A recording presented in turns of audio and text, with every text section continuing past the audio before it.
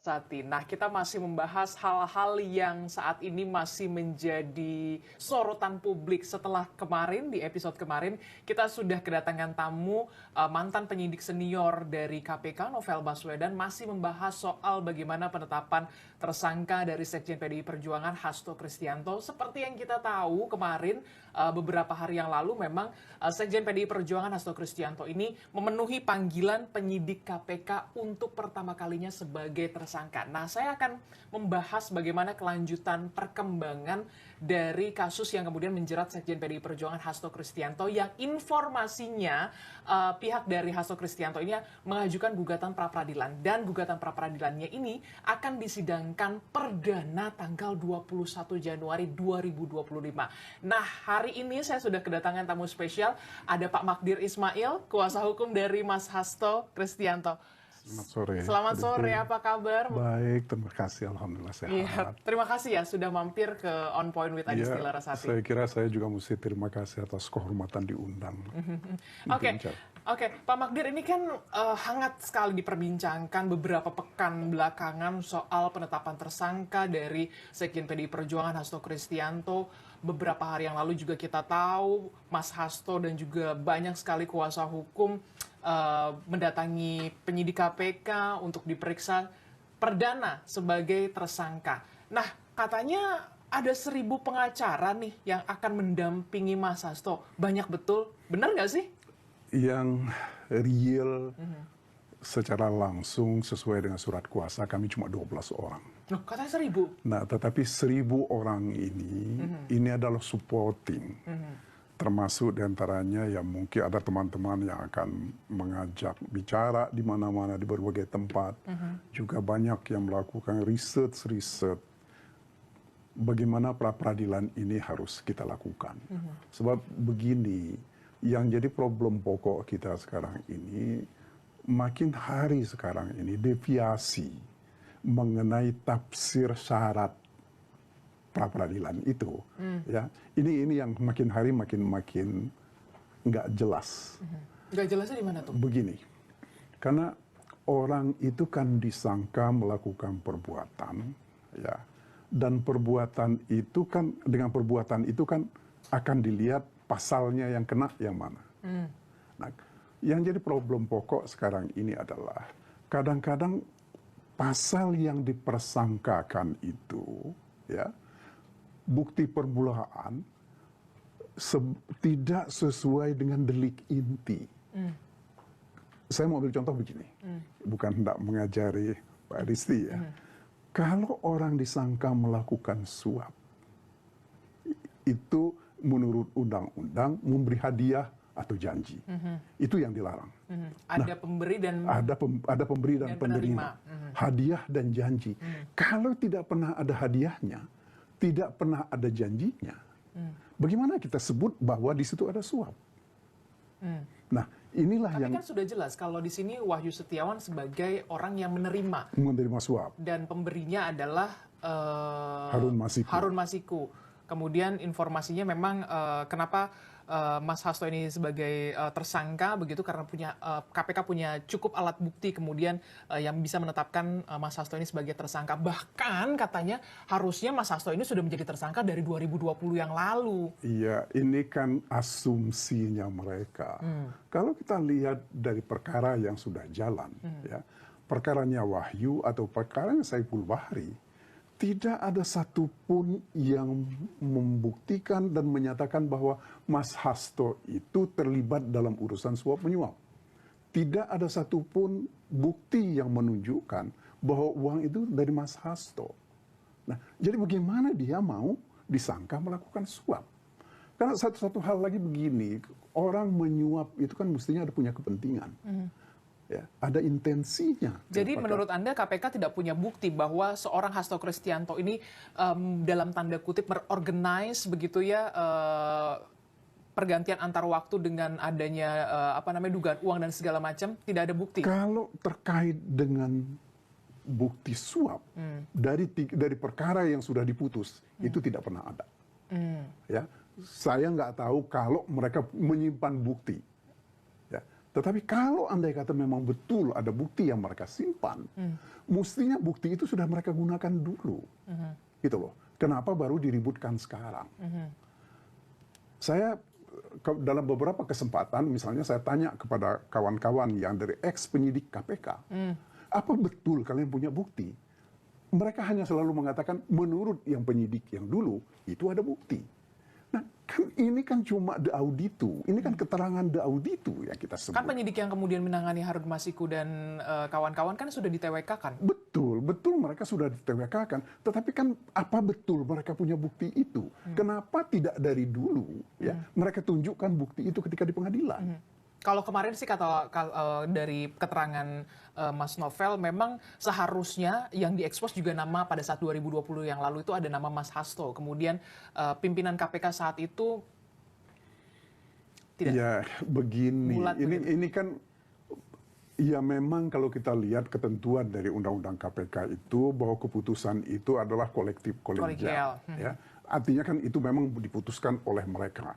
Akan tetapi kan mestinya kalau memang ada yang setuju ketika itu, kan bisa saja dibuat satu keputusan, ada minder res nota, ya kan? Ada yang tidak setuju, ada yang setuju.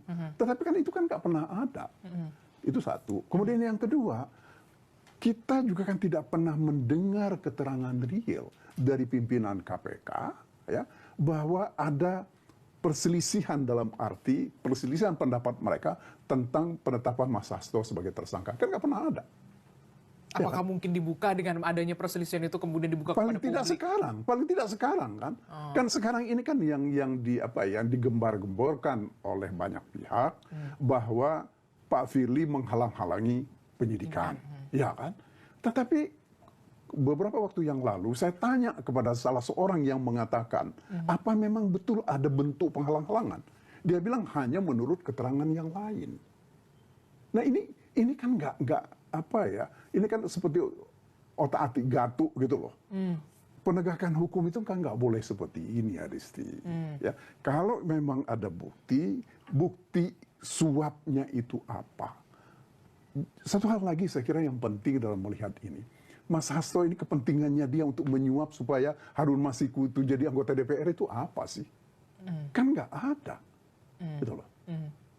Karena bagaimanapun juga orang melakukan perbuatan seperti ini, terutama menyuap, itu kan mestinya dia punya intensi. Dia punya niat sesuatu yang akan diharapkan dapat sesuatu. Nah, Mas Hasto-nya mau dapat apa dia? Kan nggak ada. Tapi ada satu hal saya kira yang mesti kita lihat, mesti lihat ke belakang. Ini kan yang hanya dilihat sekarang ini banyak di permukaan, diperbincangkan. Hanya ketika Harun Masiku memberi uang kepada anggota KPU, Wahyu Setiawan.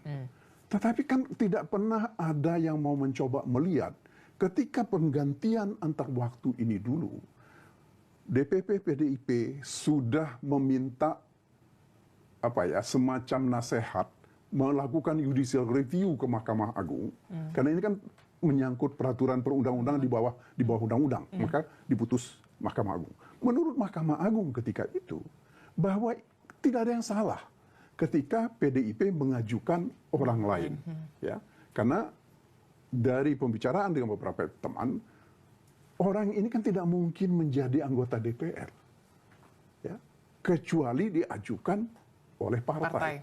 Nah, maka disinilah kewenangan partai itu. Nah, persoalannya kenapa ketika sudah ada putusan Mahkamah Agung, KPU tidak setuju dengan putusan Mahkamah Agung ini, sebagaimana yang dikehendaki oleh partai. Ada apa di situ? Nah, ini kan mestinya itu kita lihat juga itu. Kemudian bahwa ini akibatnya berujung pada Harun Masiku memberikan suap, ya, itu kan tentu sesuatu yang lain, gitu loh. Oke. Kita lihat dulu ya, ada beberapa cuplikan begitu ya, Pak Magdir, pada saat Mas Hasto ini ke KPK menjalani pemeriksaan untuk pertama kalinya dalam statusnya sebagai tersangka.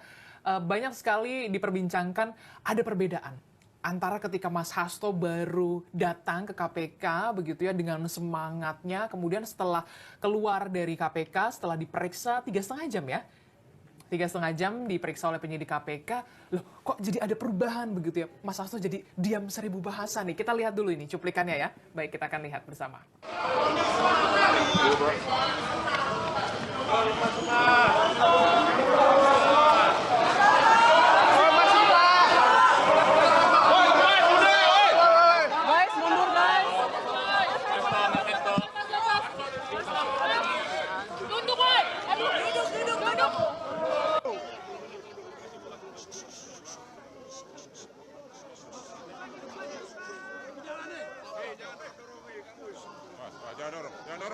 Jangan dorong, jangan maju, jangan maju.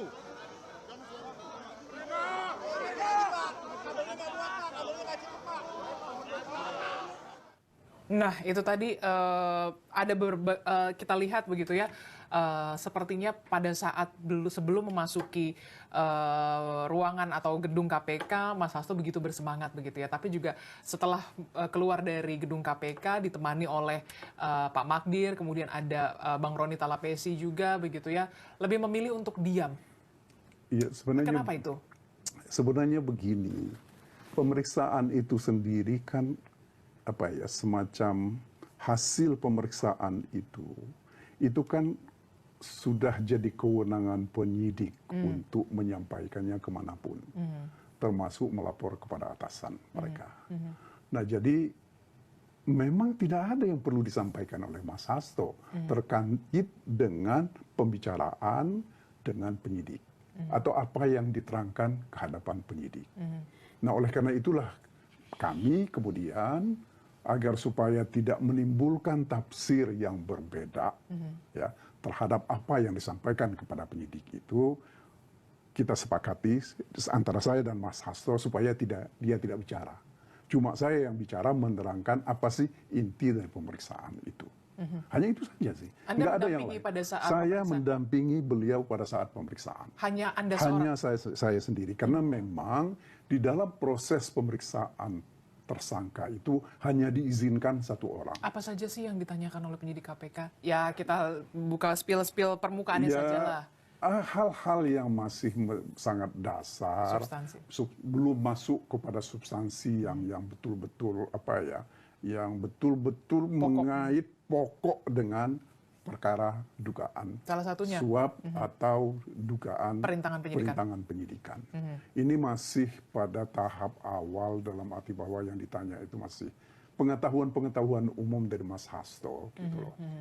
Termasuk dengan soal pergantian antar waktu masih belum sampai ke sana. Masih belum sampai ke sana. Baru betul-betul baru mulai di awal ketika mengenal sosok Harun Masiku.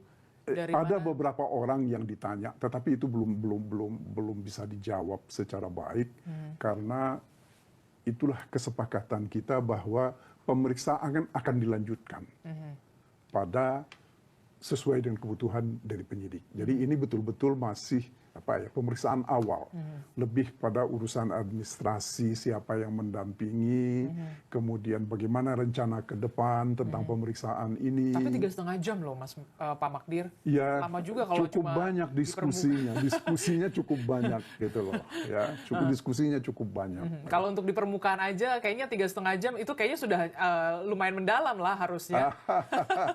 Enggak, belum. Akan lebih bagus barangkali misalnya kalau ada penyidik KPK yang menerangkan itu. Karena saya sudah janji kepada mereka, saya tidak akan menyentuh pokok pembicaraan ketika itu, maka saya harus minta maaf Mbak Adisti dan kepada penonton bahwa saya tidak bisa menerangkan itu. Baik, kami hargai itu. Termasuk soal ada upaya untuk menyuruh dalam tanda kutip setelah sebelumnya KPK mengatakan ada upaya untuk menyuruh merendam telepon seluler milik Harun Masiku. Itu belum sama sekali ada pertanyaan tentang itu. Akan tetapi begini, ini yang jadi problem ya. Mas Hasto ini kan seperti saya terangkan di awal tadi, dia ini kan disangka melakukan 2 perbuatan pidana, yaitu pertama suap, ya, Dan perintangan penyidikan. dan perintangan penyidikan. Nah, perintangan penyidikan ini yang saya dalam banyak kesempatan saya selalu mengatakan bahwa bagaimana mungkin seorang Hasto disangka melakukan suap bersama-sama Harun Masiku pada satu sisi, ya. Kemudian pada saat yang sama dia dikatakan merintangi penyidikan Harun Masiku. Oke. Ini dari mana logikanya ini? Ya, karena begini, Mbak Disti, ya, seorang tersangka itu untuk berbohong pun itu adalah haknya. Ya, jadi menurut hemat saya, kalau memang betul ada upaya dari Mas Hasto ketika itu menyuruh Harun Masiku merendam handphone, apa memang betul ada buktinya? Ya kan? Artinya dia kan mestinya bersama-sama dengan Harun Masiku. Tapi tidak mungkin kemudian seorang penyidik KPK atau KPK kemudian sampai menggelar konferensi pers mengutarakan itu kalau tidak punya buktinya. Justru karena ini, ya, kalau memang betul ada bukti perendaman itu, kapan itu direndam? Handphone yang mana yang direndam? Apa betul ada handphone yang direndam? Jangan-jangan cuma orang ngomong-ngomong, percakapan seperti apa, itu diartikan bahwa ada perendaman, ada tindakan merendam. Karena yang pokok dari perintangan kalau terkait dengan merendam ini, itu kan artinya kan mereka mesti berdua melakukan itu. Mas Hasto misalnya dianggap menyuruh orang merendam, yang merendamnya itu siapa? Buktinya apa? Gitu loh. Kalau tidak pernah ada bukti tentang merendam handphone, bagaimana mau dikatakan bahwa dia memerintahkan orang merendam handphone? Dan ini masuk ke dalam objek materi gugatan pra-peradilan selain soal Salah penetapan satu tersangka. di antaranya itu yang kita persoalkan. Ya, kita mempersoalkan itu tadi seperti saya sampaikan, logiknya bagaimana Mas Hasto pada satu sisi disangka menyuap bersama-sama dengan Harun Masiku, sementara pada saat yang sama juga dia dikatakan merintangi penyidikan dalam perkaranya Harun Masiku. Ini kan dua hal yang kalau menurut hemat saya ini kan mestinya ini adalah dua sisi dari satu mata uang yang tidak bisa dipisah, gitu loh. Jadi makanya kami persoalkan itu salah satu di antaranya. Anda sudah menyiapkan dengan tim kuasa hukum soal bagaimana gugatan pra-peradilan tanggal 21 besok? Sudah, karena begini, permohonan pra-peradilan ini kita sudah daftar di pengadilan negeri. Jadi sebenarnya kan soal pra-peradilan ini kan kita tinggal sidang saja sih. Ya, tinggal nanti kita mau lihat juga, kita mau tahu. Termasuk menguji bukti yang... Iya, paling tidak bukti apa sih yang mereka punya.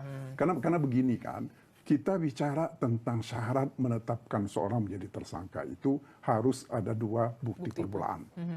Nah, kalau terkait dengan suap, bukti permulaan suapnya itu ada nggak uangnya? Ya kan? Siapa yang memberikan uang itu? Uang itu dari mana? Termasuk soal upaya perintangan penyidikan juga. Nah, begitu juga terkait dengan perintangan penyidikan. Betul nggak ada bukti perintangan penyidikan? Siapa yang melakukan perintangan? Apa buktinya? Gitu loh.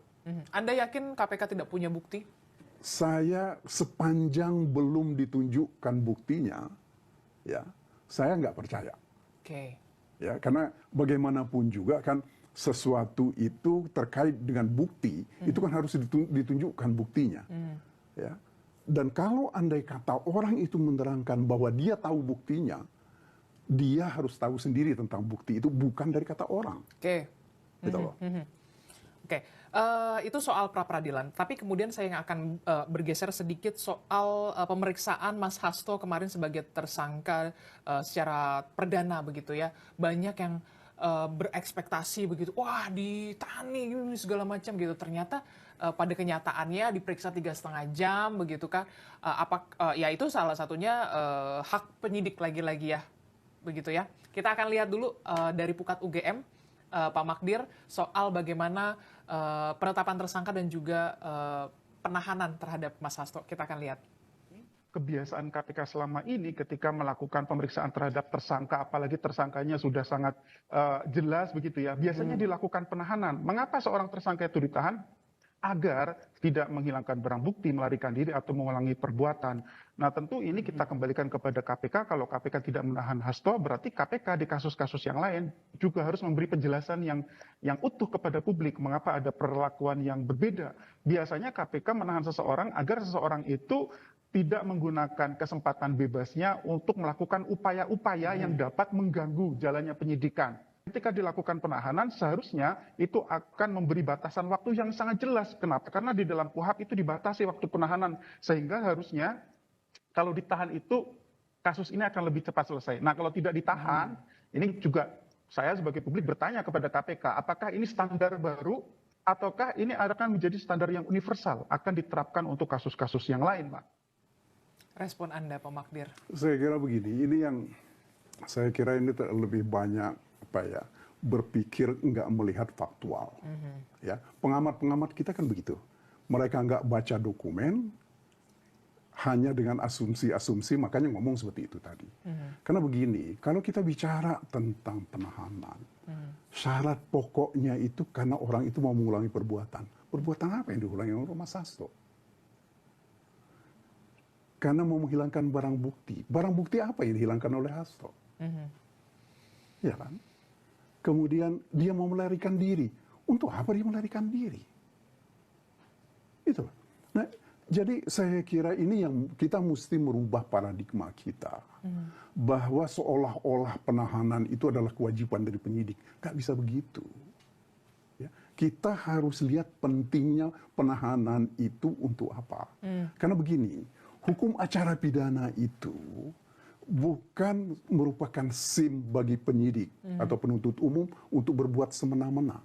Tetapi itu adalah aturan yang mengatur supaya mereka tidak berbuat semena-mena dalam menggunakan kewenangannya. Nah, jadi kembali lagi soal penahanan, menurut hemat saya itu yang tidak sepatutnya dilakukan. Karena perkembangan sekarang di dunia ini, terutama misalnya kalau kita lihat di Belanda, umumnya penahanan itu kalau sudah ada putusan pengadilan. Ngapain orang ditahan? Gitu loh. Tanpa, sementara ini belum tentu jelas kesalahannya bisa dibuktikan. Ya, saya kira provokasi seperti ini harus dihentikan karena nggak ada gunanya. Itu pertama. Kemudian yang kedua, kalau kita mau bicara tentang kepentingan negara dalam perkaranya Mas Hasto ini, apa sih kepentingannya negara? Kan nggak ada. Yang justru kita khawatir sekarang ini lebih banyak ini ditarik-tarik ke urusan politik. Karena ada orang yang punya kepentingan politik dalam perkara ini. Karena tadi Anda sudah menyebutkan apakah ada kepentingan politik di sana begitu ya. Ini kita akan lihat ada cuplikan juga dari Pak Ahmad Basarah yang mengatakan bahwa PDI Perjuangan akan bukan bergabung ya ke pemerintahan, tapi mendukung pemerintahan Pak Prabowo Subianto begitu ya. Beberapa hari setelah pemeriksaan dari Mas Hasto, kalau tidak salah. Kita akan lihat dulu cuplikannya. PDI Perjuangan akan bekerja sama dengan pemerintahan Prabowo Subianto, namun tidak mengirimkan kader garis miring anggota PDI Perjuangan sebagai anggota kabinet pemerintahan Prabowo Subianto.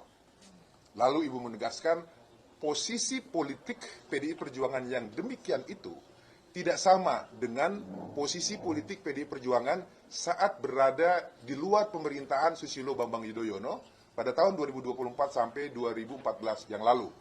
Mengapa demikian? Karena kata Bu Mega lebih lanjut, saya memiliki hubungan persahabatan yang panjang dan baik dengan Pak Prabowo. Nah, pernyataan ini kalau menurut Anda erat kaitannya soal Mas Hasto atau enggak nih? Saya kira enggak. Ini dua hal yang terpisah gitu. Karena begini, perkaranya Mas Hasto ini kan sebenarnya kan ini kan perkara lama. Ini udah 5 tahun lebih. Ya, itu satu. Kemudian yang kedua, ini terus terang kami dalam diskusi-diskusi bahkan mungkin nanti dalam kalau saya tidak keliru di dalam permohonan pra peradilan ini juga ada satu hal yang kami juga persoalkan.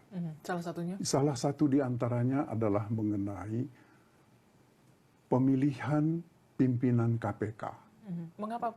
Karena begini, pemilihan pimpinan KPK ini ada dua putusan Mahkamah Konstitusi yang mengatakan seharusnya dipilih dan ditetapkan oleh pemerintahan dan DPR periode 2024-2029. Oke. Mulai dari panselnya ya. Nah, tetapi sekarang kemudian tiba-tiba Presiden Joko Widodo ya ketika itu bulan Mei, sementara kan sudah ada orang terpilih jadi presiden, membentuk pansel. Kemudian beliau juga yang mengirim hasil pansel ini. Nah ini yang oleh banyak pihak, terutama saya dan beberapa orang teman, kami mencurigai ini ada sesuatu yang salah. Kenapa? Karena kami melihatnya begini, ini kan dalam istilahnya teman-teman politik, presiden ketika itu kan dalam posisi sebagai bebek lumpuh, lemdak. Nah, dalam patsun politik, dalam posisi seperti ini, orang tidak boleh mengambil keputusan atau kebijakan-kebijakan yang dapat diduga akan menguntungkan dirinya. Nah, ini yang harus kita lihat kaitannya dengan pimpinan KPK. Kaitannya dengan kasusnya Mas Hasto ini. Gini, dengar dulu, ya. Kaitannya kemudian dengan pimpinan KPK, karena kepimpinan KPK ini akan menetapkan Mas Hasto sebagai tersangka. Nah, ini kalau menurut hemat kami tidak tertutup kemungkinan bahwa ini penetapan tersangka ini karena ada politik balas budi. Ya, Mbak Adisti, 3 hari sebelum Mas Hasto ditetapkan sebagai tersangka, Presiden Joko Widodo mantan ya. Kemudian Wapres Gibran dan Bobi dipecat sebagai anggota partai. Nah, reaksinya keras sekali. Tersangka.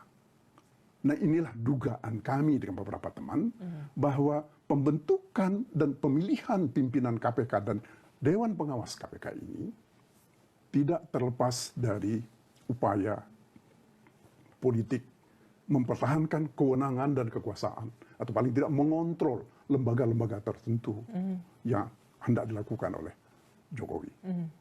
Jadi menurut Anda soal penetapan tersangka Hasto Kristianto ini masih ada cawe-cawe di sana?